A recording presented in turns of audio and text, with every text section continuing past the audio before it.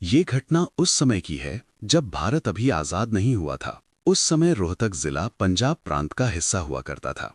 एक साधारण सा घर, एक साधारण सी लड़की। लेकिन एक दिन उस घर में ऐसी बात हुई जिसने पूरे इलाके को चौंका दिया।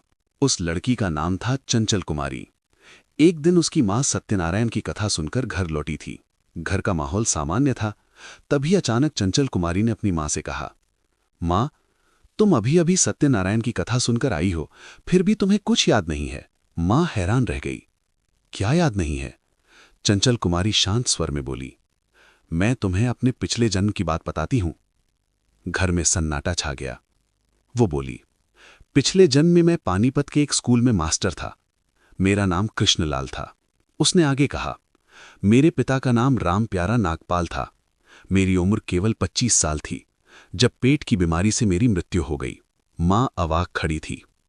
चंचल कुमारी ने बिना रुके आगे कहा, मेरी सगाई हो चुकी थी लेकिन शादी नहीं हुई थी। मुझे अपने भाई का नाम भी याद है और अपनी मां का भी। पर कहानी यहीं खत्म नहीं हुई। कुछ देर बाद चंचल कुमारी ने एक और चौंकाने वाली बात कही। कृष्णलाल मास्टर के शरीर से निकलने के बाद मेरा अगला जन्म गाय के रूप में हुआ था। घर में मौजूद सभी लोग स्तब्ध रह गए। वो बोली, मैं लाहौर जिले के एक मुस्लिम परिवार के पास थी।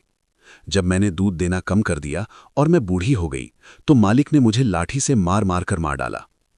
मेरे मरने के बाद मेरे शरीर को मुसलमानों में बेच दिया गया।